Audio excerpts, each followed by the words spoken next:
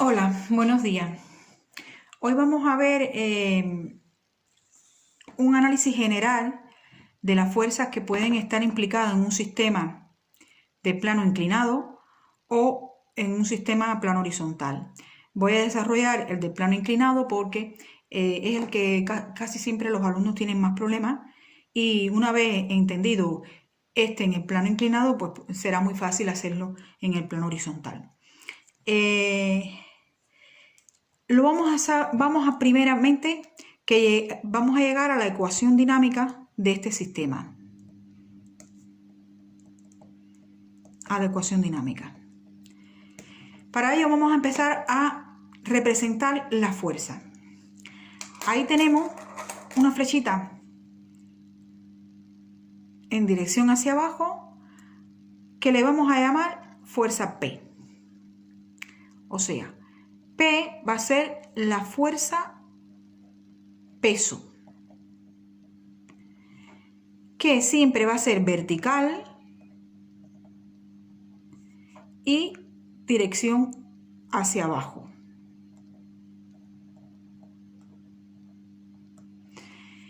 Primero que nada tendríamos que haber hecho es representar el eje X, que va a ser paralelo a la superficie por donde rueda el cuerpo. En este caso va a ser paralelo a esta superficie, y en este caso, que es horizontal, va a ser paralelo a la superficie. O sea, aquí nos va a quedar el eje rotado porque tenemos un ángulo.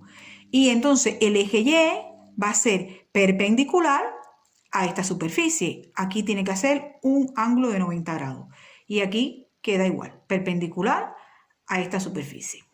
Ya una vez representados estos ejes, vamos a empezar a representar la fuerza. La primera es la fuerza peso, que siempre va a estar actuando cuando un objeto está sobre otra superficie. Aquí va a quedar así y aquí va a quedar así, hacia abajo. Vamos a tener siempre una fuerza normal, es decir, esta fuerza se representa con N y se va a llamar fuerza normal, y va a ser perpendicular a la superficie por donde el cuerpo se mueve.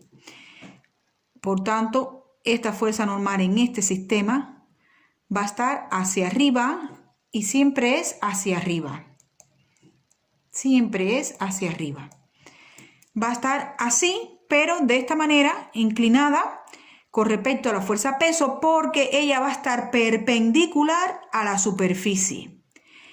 En este caso coincide con el mismo sentido de la fuerza P, en la misma dirección, pero hacia arriba aquí, porque por supuesto aquí coincide porque ella es perpendicular a la superficie. ¿Ve? Perpendicular a la superficie. Entonces vamos a suponer que tengamos una fuerza aplicada en este sentido, y aquí tenemos que representar el movimiento que va hacia allá, y esta va a ser la fuerza que vamos a estar aplicando. Que aquí lo pusiéramos así, y la fuerza. Si no hay ninguna fuerza aplicada, pues no ponemos nada. Pero siempre que se aplique una fuerza hay que poner el movimiento, el sentido del movimiento igual. Si no se aplica una fuerza y es por la gravedad, también hay que poner el sentido del movimiento. Entonces tenemos que ya hemos representado la fuerza aplicada, la normal y la de peso, pero a la fuerza aplicada siempre se le va a poner una fuerza que va a ser opuesta, es decir, que va a estar en esta otra dirección, y que se va a llamar fuerza de rozamiento. En este caso vendría hacia acá, opuesta a F, fuerza de rozamiento. ¿Ven? Entonces la fuerza F va a ser la fuerza aplicada en el caso de que se aplique alguna fuerza, y la fuerza de rozamiento va a ser opuesta siempre al movimiento.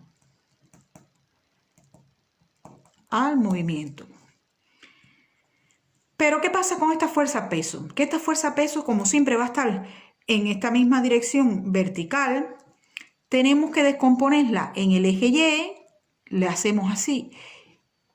En el eje Y nos quedaría P en Y aquí. Y en el eje X, pues nos quedaría esta fuerza aquí. Y le llamamos P en X. O sea, tenemos la fuerza peso que va a estar descompuesta en el eje Y y en el eje X. Claro que en este sentido, porque aquí está hacia abajo. Bueno, también tenemos que darnos cuenta de que este ángulo que está aquí es este mismo ángulo que está aquí. Que sería este mismo ángulo que está aquí, en este otro triángulo. Bien, entonces vamos a interpretar. O sea, interpretamos este gráfico que hemos hecho. Que recuerde que siempre vas a tener una fuerza normal, que siempre que haya un objeto ejerciendo sobre otro, va a haber una fuerza peso. Y bueno, puede haber fuerza aplicada o no, depende del problema. Y puede haber también fuerza de rozamiento o no, porque si te dicen que no hay rozamiento o que el coeficiente de rozamiento es 0, pues esto no existe. Pero bueno, en general siempre va a haber una fuerza de rozamiento que va a estar opuesta al movimiento. ¿Cómo lo interpretamos? Pues lo vamos a interpretar por la ecuación de la dinámica, que sería la segunda ley de Newton. Y que esa ley dice que la sumatoria de la fuerza va a ser igual a masa por aceleración. Entonces, ¿qué tendremos que hacer? Como aquí este está en un plano inclinado, pues tendremos que tener en cuenta toda la fuerza. Bueno, es que siempre vamos a tener que tener en cuenta todas las fuerzas, estemos en un plano inclinado, horizontal o vertical, da igual. Entonces vamos a ir haciendo un análisis por eje. Vamos a ver las fuerzas que tenemos en el eje Y. En el eje Y. En el eje Y tenemos que actúa la fuerza normal hacia arriba, y por tanto si es hacia arriba en dirección del eje Y, va a ser una fuerza positiva. Y tenemos también la fuerza P en Y, que va a ser hacia abajo y por tanto va a ser negativa. Y que eso va a ser igual a masa por aceleración. Pero ¿qué pasa? Que en el eje Y no hay movimiento. Este cuerpo no se mueve así, como este tampoco se mueve así. El movimiento es así o así. Como el movimiento es en el eje X, en el eje Y no hay movimiento, la aceleración es 0. Y entonces nos quedaría que N va a ser igual a la fuerza P en Y. Esto nos quedaría en el eje Y. Ahora, ¿cómo nos quedaría esto? Este análisis en el eje X.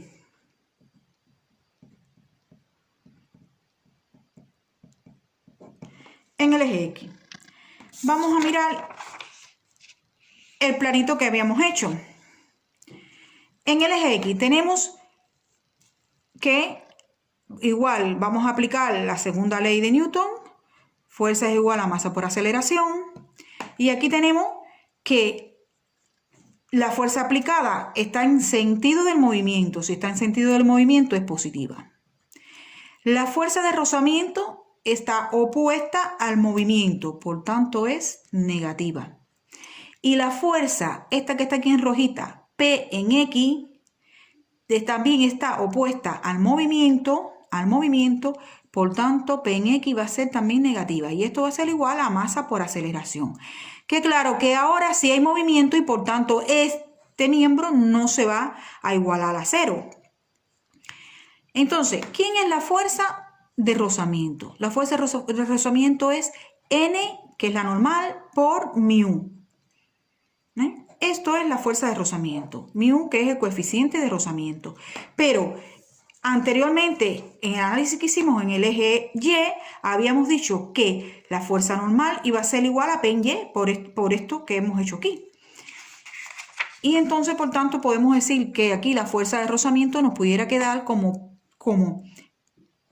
la fuerza peso en Y por mu.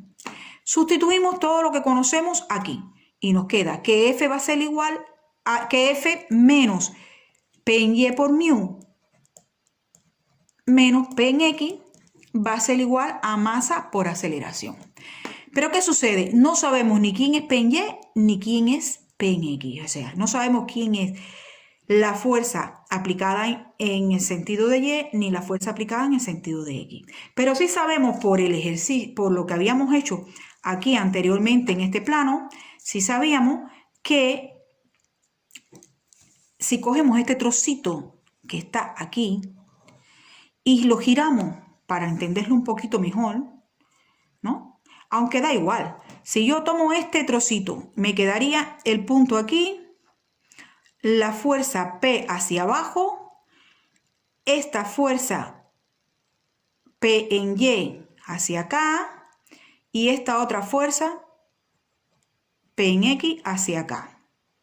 Como vemos aquí se forman dos triángulos rectángulos, ¿no? Que este tiene un ángulo de 90 grados, que este ángulo y este ángulo son iguales.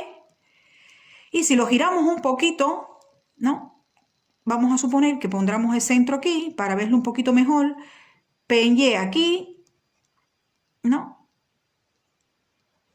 P en X aquí, P aquí y ahora lo vemos mejor, ¿verdad? ¿Qué sucede? Que aquí nosotros podemos decir que este es igual a este cateto. Este cateto es igual a este cateto. ¿No es así? Entonces, por tanto, aquí nos quedaría un triángulo de esta manera. Que este sería P en Y, este sería P en X y este sería la hipotenusa que es P. Como sabemos, y este es el ángulo, como sabemos por trigonometría que el seno de θ va a ser igual a cateto opuesto sobre hipotenusa. ¿Quién es el cateto opuesto a este ángulo? Pues P en X. ¿Quién es la hipotenusa? Pues P. Si aquí despejamos P en X, nos va a quedar que es igual a P por el seno de θ. Y sabemos también que el coseno de θ va a ser igual a cateto adyacente sobre hipotenusa. ¿Quién es el cateto adyacente? P en Y. ¿Quién es la hipotenusa? P. Y de aquí desglosamos y nos queda que P en Y va a ser igual a P por el coseno de θ. Entonces lo que hacemos ahora es sustituir. Este le vamos a llamar ecuación 1, esta la 2 y la 3. Vamos a sustituir 2 y 3. Sustituimos 2 y 3 en 1. ¿Y qué hacemos entonces? Pues nos queda así. F menos P en Y, ¿quién es? P por el coseno de θ por mu, que es el coeficiente de rozamiento. Menos P en X, ¿quién es? P por seno de θ por la masa por la aceleración. Y este va a ser la ecuación dinámica de este sistema. Ahora, es de este sistema, pero el problema es que si hacemos siempre el mismo razonamiento por eje y el mismo razonamiento de fuerza, teniendo en cuenta la fuerza que nos dan, las que siempre están, pues vamos a llegar a la ecuación dinámica que nos va a permitir, cuando ya tengamos este miembro, que sería la fuerza resultante de este sistema, que va a ser igual a la masa por la aceleración, es decir, esta va a ser la fuerza resultante, que va a ser igual a masa por aceleración. Teniendo esa fuerza resultante, pues podemos determinar, por ejemplo, el trabajo si nos lo piden, que va a ser igual a esa fuerza resultante por la distancia o la potencia, que entonces la potencia sería igual al trabajo entre el tiempo. Pero para hallar potencia tenemos que hallar la fuerza, el trabajo, y para hallar el trabajo tenemos que hallar la fuerza resultante. O sea, un error inicial en esta interpretación y nuestro ejercicio puede estar completamente mal. Pero si hacemos esto siempre, estas deducciones, nos va a salir siempre igual y siempre bien. sea horizontal, sea vertical, sea plano inclinado y sea el ángulo que sea. Bien, pues bueno, después les voy a demostrar con ejercicios concretos algunos ejemplos que tienen estas aplicaciones. Bueno, pues muchas gracias.